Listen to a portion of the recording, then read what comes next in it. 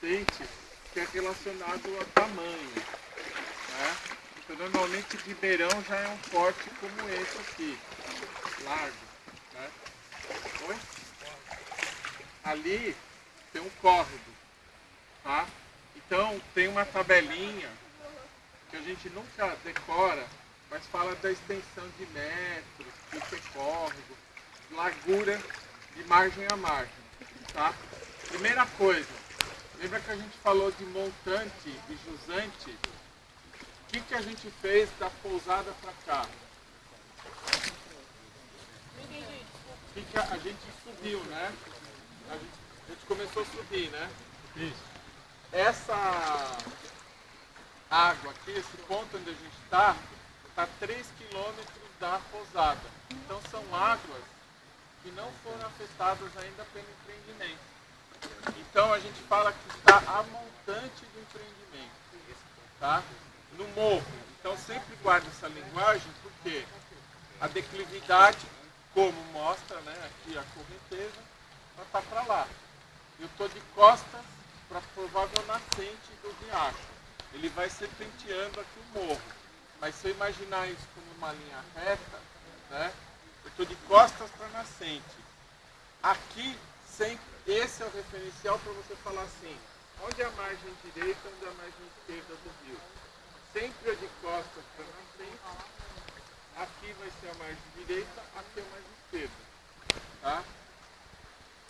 Outra coisa, em termos de qualquer tipo de amostragem que a gente vai coletar no riacho, mais ou menos com a linguagem parecida que o professor Marcos está falando no monitoramento de trilha, você tem que olhar com detalhe sobre o ponto que você vai coletar. Então, por exemplo, em ecologia, a gente chama essa parte que cobre a visão do céu de dossel, só que é com D-O-S-S-E-L. Então aqui a gente diz que a vegetação está parcialmente cobrindo o leito do riacho. Então eu tenho um ambiente aqui sombreado. Isso é importante porque vocês acham que vai ter muita fotossíntese aqui? Não. Além disso, a movimentação de água, ela não permite que cianobactérias e algas se estabeleçam aqui. Então, a gente fala que a produtividade primária, quer dizer, aquela coisa da fotossíntese, produzir oxigênio, essas coisas, não vai rolar aqui. Da onde que vem o oxigênio daqui desse ambiente? Como é que ele é produzido? Como é que ele é absorvido na água?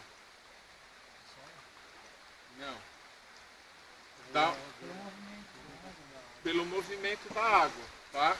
Então lembra sempre disso. É muito comum achar que o oxigênio da água é só produzido por algas, né? Por causa da fotossíntese. Mas essa própria mistura que tem da correnteza de água, ela é própria ela dá mais carga de oxigênio. O oxigênio está na atmosfera, é um gás, e a mistura faz com que isso carregue, né? Esse gás carregue a água com oxigênio, né?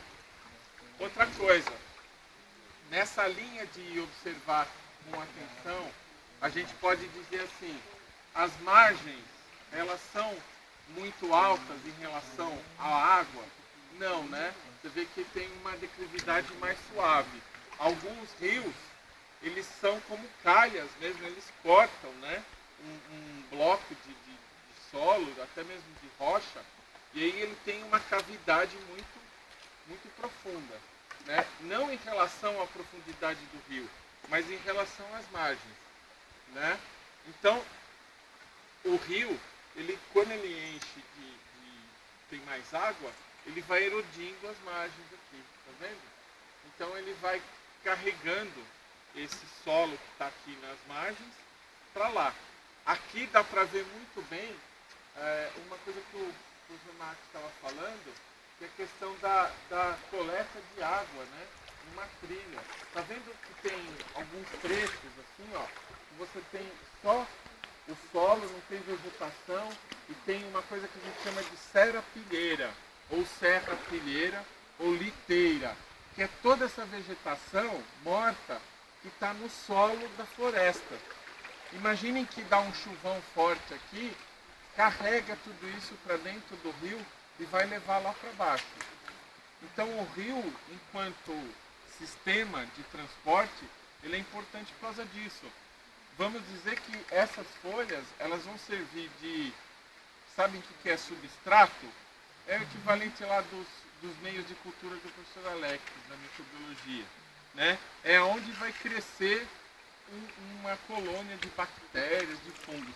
Essas folhas vão funcionar, né, como um meio de cultura daqui para baixo. Então o rio, ele é um sistema que ele não tem produção própria de energia. Ele carrega essa energia sempre rio abaixo. Né? Só que junto com essa energia, como a gente falou para vocês, a água é solvente, né? Então qualquer coisa que tiver nesse solo que ela que está chegando no rio via chuva, o rio vai conduzir para baixo. Por isso que a gente fala assim, aí eu estava conversando com o Jeffer, essa água passa onde? Aí ele falou o nome dos bairros, da fazenda, que passa justamente para você ter o que? O referencial. Né? Então na hora que você vai marcar o ponto no estudo de impacto ambiental, você fala assim, bom, isso aqui é um ponto possível de ser considerado, por quê? Primeiro, está montante do empreendimento. Né? Segundo, ele está recebendo água de outros empreendimentos. Se eu encontrar algum contaminante aqui, eventualmente, eu posso falar que é da pousada? Não, com certeza não é. É dos empreendimentos que estão ao norte da pousada.